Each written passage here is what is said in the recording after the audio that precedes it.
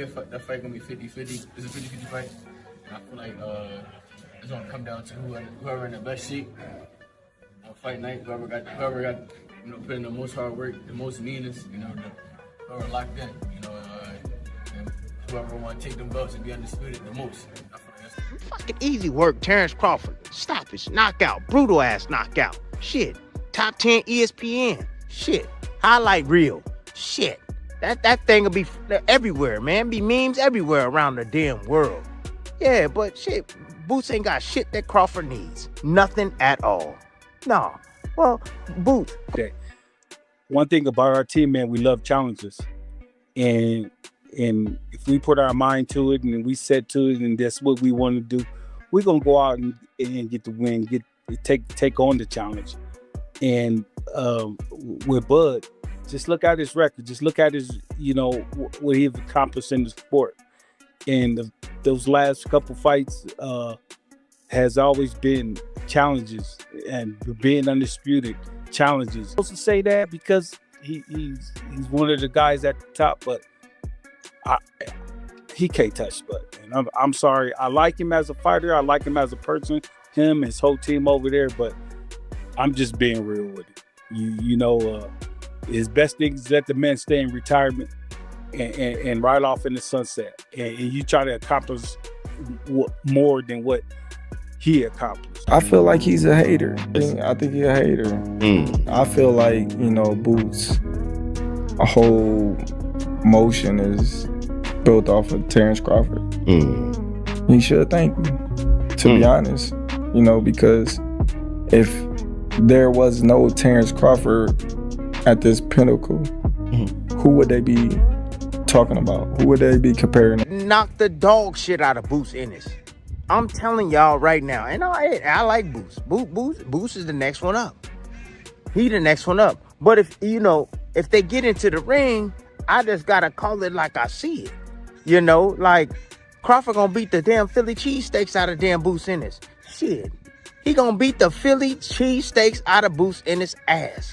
Yeah, he sure is. He gonna. Boxing fans are eagerly anticipating what could become one of the sport's most explosive battles, a potential showdown between undefeated rising star Jaron Boots Ennis and veteran superstar Terence Bud Crawford. At first glance, the matchup appears almost perfect, pairing a young knockout threat with one of the most accomplished technicians of his era. Yet beneath all the excitement lies an even bigger concern. Could Ennis be walking into the toughest challenge of his career before he is completely ready for everything Crawford brings to the ring? Crawford a good fighter, though. We gonna be like. No, I want him to fight the best. He's an elite fighter. Yeah, one thing about that, it's gonna be a little technical from the beginning. But Crawford better not start off slow. He got to go. Ennis has been extremely impressive throughout his rise, but sharing the ring with Crawford would present a completely different level of challenge. This would go far beyond a simple battle of speed, athleticism, or punching power. Crawford's biggest advantage could be his ability to read and process everything happening during a fight. Against an opponent with that kind of intelligence, every mistake can become an opening, while predictable actions can quickly be used against you. At this point in my career, he ain't really fought nobody that he can say that he's worthy enough to, step in the ring with me. Like, not saying that his skill's not worthy enough. Yeah.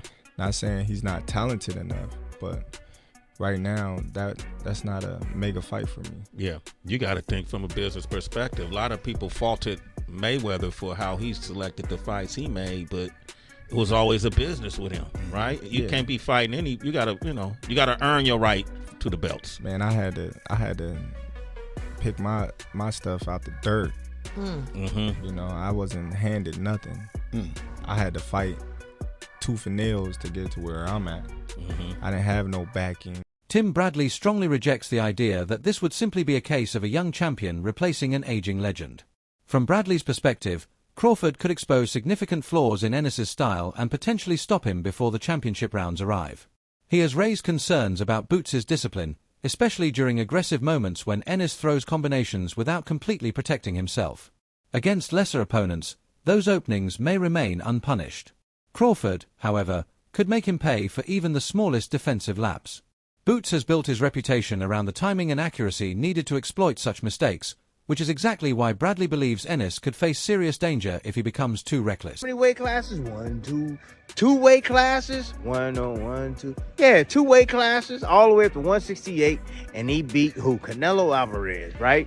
Who was an undisputed champion. Yep. Who was an undisputed champion at that time. However, I'm just saying. You know what I mean? Like, that ain't good enough for y'all?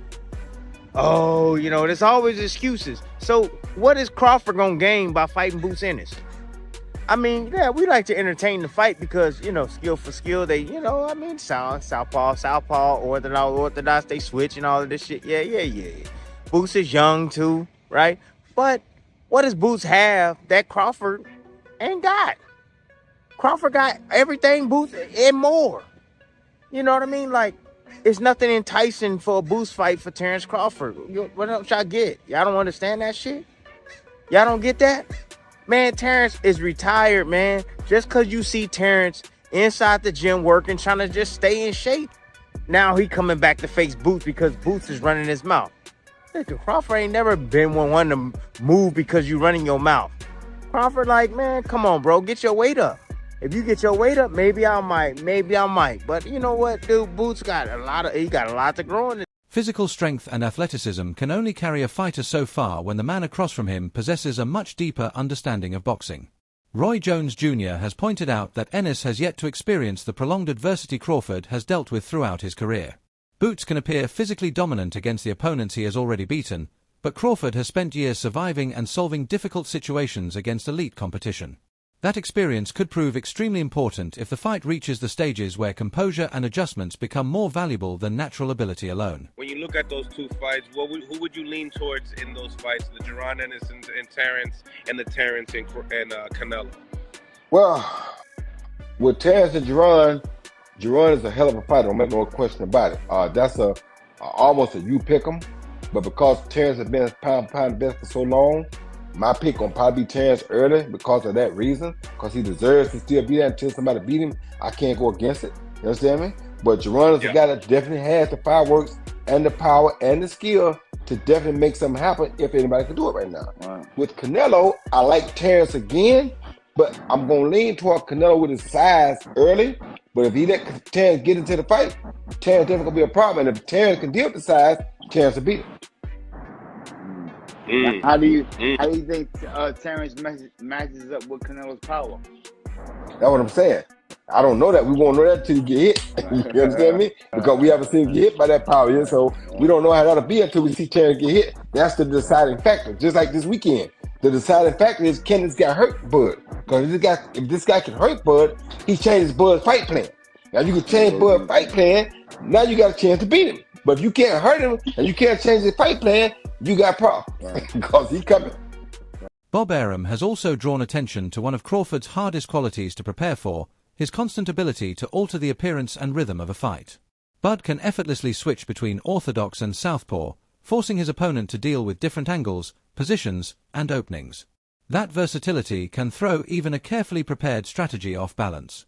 For an attacking fighter such as Ennis, the problem becomes even more complicated because Crawford can cause him to hesitate while simultaneously setting up counter opportunities. By the time an opponent figures out Bud's adjustments, Crawford may have already landed the damage he wanted. Now, Terence's big strength is that he fights equally well from either side. So instead of opening up as a right-hander, which he usually does, and then switching to southpaw, he only fought Spence as a southpaw, and Spence couldn't handle it, particularly when Crawford, who's ambidextrous, and now his right hand is his jab, is throwing it with force and hurting Spence. So once I saw Terence come out as a southpaw, in my mind, I thought, hey, the fight's over. Were you surprised, though, by how dominant he was? No, because Spence can't fight a lefty, and nobody even mentioned that. He can't fight a southpaw. If Crawford had fought him 5 or 6 rounds as an orthodox fighter, it would have been a different fight. You know, given just the performance that he had and now the attention that he's getting and the recognition. How do you feel? What emotions come to mind seeing that, hey, he's finally getting his just due when so many years a lot of people try to dismiss him? Well, I don't know if anybody dismissed him because of his ability. They dismissed him because of his drawing power or what have you. Terence I consider Terence a great fighter before the Spence fight, and I consider him a great fighter after the fight. And his dominance didn't surprise me. He is the full boat. Now, what will eventually catch up with him catches up with all of them. Still, some observers believe the veteran also carries significant risks into this potential matchup. Pauli Malignaggi has warned that Crawford's age cannot simply be dismissed when he prepares to face a younger opponent possessing tremendous speed and physical strength. From Malignaggi's perspective, taking on a hungry fighter like Ennis at this point in Crawford's career could be a dangerous choice. Eddie Hearn has likewise acknowledged how unpredictable Crawford can become when fighting at higher weights, while admitting that the younger Ennis may possess the physical advantages needed to make the contest extremely difficult. Even Hearn's assessment suggests Crawford is the kind of opponent against whom making an absolute prediction would be a mistake. I know Bud's still less than a year retired. I don't know why that fight shouldn't happen. I don't know why that fight couldn't happen. I think name-wise, there's people that would buy into it, but let's be honest, he just beat Canelo, who also at this point wasn't that good either. So, it's not like he's been fighting at this level, Crawford hasn't had a fight at this level since maybe the Makhmudov fight. And Ennis, not Makhmudov, what's his name? Not Makhmudov, I confuse these freaking names. These too many offs.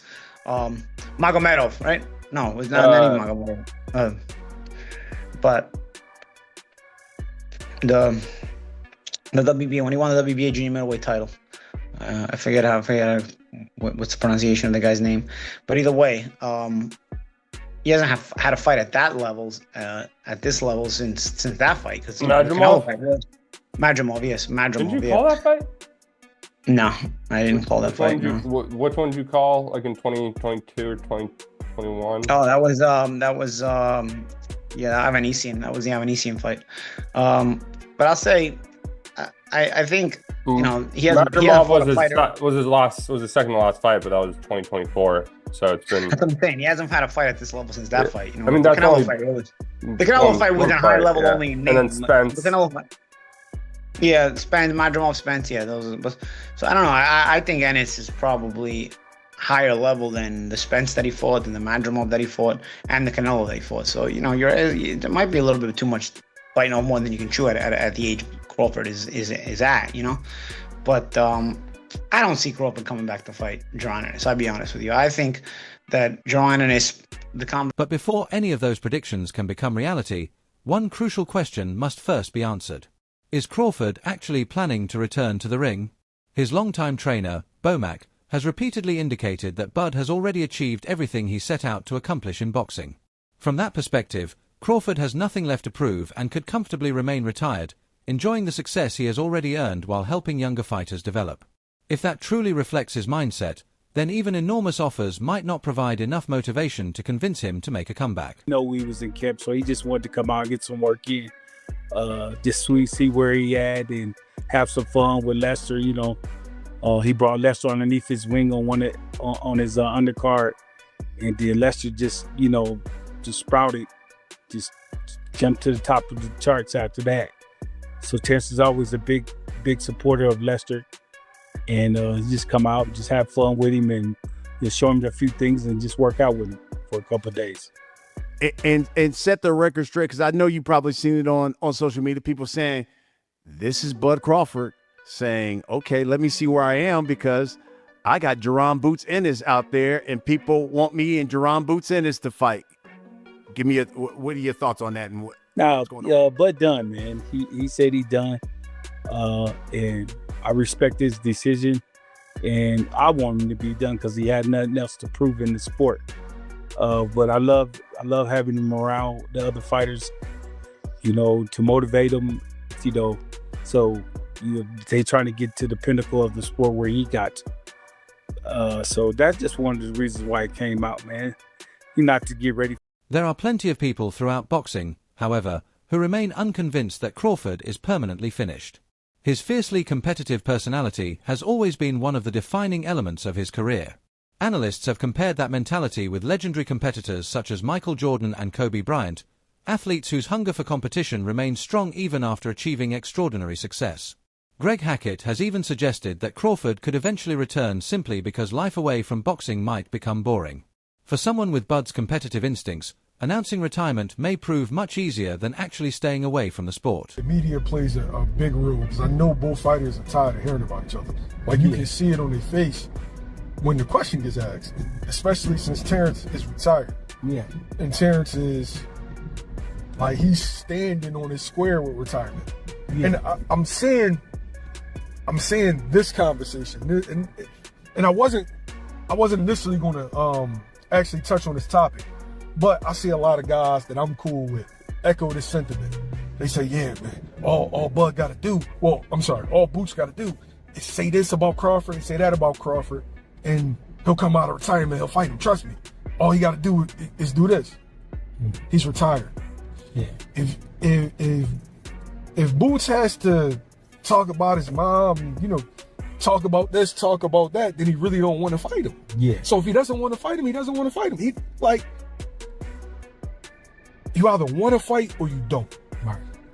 People got to stop pushing this narrative that Boots needs to somehow talk greasy to Bud to get him to want to fight. Right. He's retired. Let him be retired. I think Bud battles with the fact he knows that's a great fight, but he trying to stand on his decision making as far as being retired. I think he knows that's a great fight. It's a big fight. But at the same time, I promised my kids, I promised whoever, I was done. So I don't know, bro. I don't know. I hope we get something. If not that, I hope we... If Ennis truly wants to make the Crawford fight happen, simply putting money on the table or discussing legacy may not provide enough motivation. Crawford has already earned enormous wealth and built a Hall of Fame-level resume, meaning traditional incentives may not be enough to bring him back. Some commentators believe Boots needs to become far more forceful with his public challenge. Rather than staying quiet and respectful, Ennis may need to make the matchup personal enough to awaken Crawford's competitive instincts. Sometimes the best way to bring a retired fighter back is not another financial offer, but giving him a reason to feel genuinely challenged. Doing it still ain't happened. Y'all still ain't paying attention to that. If you want to get Crawford out of retirement, then say what he said. Tell him, I'll knock Crawford ass out. Tell his old ass to come back. He better stick to commentating. This is what you gotta talk. This is real shit. The only way you're gonna get, now I'm being literal, the only way you're gonna get Crawford to come back, and I hope he not get upset at me about this, but he said this on his own, so I'm just kind of amplifying what he said. If somebody, whoever they is that needs to say it, says, I will beat Crawford ass, I will knock him out, he better stick to doing the commentating and join whatever retirement, because he ain't got nothing coming with me. That's why he ran out of retirement. I'll beat his ass. I'm way better than him. I do everything better than Crawford. I'm smarter than Crawford. Because he said all this stuff too. Somebody else was playing this clip and he was saying all this stuff. I do everything he do, but I do it better. So now he put all these things in the right type of way. And then we might have something then. I don't know. Crawford has added even more fuel to that idea by encouraging Ennis to become more outspoken. If Boots really wants the biggest fight available, he needs to make it obvious that he believes he can defeat Bud, rather than simply expressing admiration for him. A fearless call-out combined with a promise to stop the veteran could create the kind of rivalry capable of grabbing Crawford's attention. Then comes the complicated question of weight. Crawford has shown interest in fighting at higher divisions, which means getting him back down to 154 pounds could become another significant obstacle during negotiations. But I feel like, Boots, a whole motion is built off of Terence Crawford. He should thank me, to be honest. You know, because if there was no Terence Crawford at this pinnacle, who would they be talking about? Who would they be comparing him with? You know, I remember when he was a couple of fights in and people were saying, hey man, it's this little kid. When he was an amateur, you know, in the Olympic trials, they was like, man, this dude fight like you, bud. This dude fight like you. When he was pro, this dude remind me of you, bud. You know, so I just feel like, you know, I'm gonna let him have his era and wish him the best. But how somebody like y'all don't even get cool? Like eventually, if he looking like a little you and you like, oh, I feel like he's a hater. Okay, if I'm gonna be a 1,000%. It's the Real Report show. It's all good. That's what we do. Yes, sir. Yes, sir. Yes. I think he's a hater. You know, like a lot of people say, "Oh man, Bud always hating." Like, what I had to hate on him for? Right. You know, I didn't support him in the Olympic trials. I didn't been in the locker room at his fights, you know, supporting him. So why would I need to hate on him? Got you. You know, like I said, I want to see him win. I want to see him go far as he can.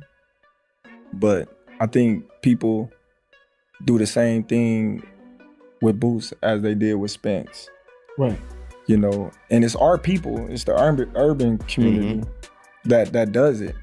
Oh, Boots this, Boots knock you out, Boots. Ortiz would offer Ennis an entirely different kind of challenge because of his compact and disciplined fighting style. His tight guard, controlled pressure, and willingness to constantly move forward could prevent Boots from depending solely on his speed and flashy combinations. If Ennis wants to establish himself among boxing's elite, facing Ortiz would provide a serious test of whether he can maintain his composure, precision, and discipline while dealing with relentless pressure. It would undoubtedly be a high-risk matchup, but it could also answer many of the remaining questions surrounding just how good Ennis truly is.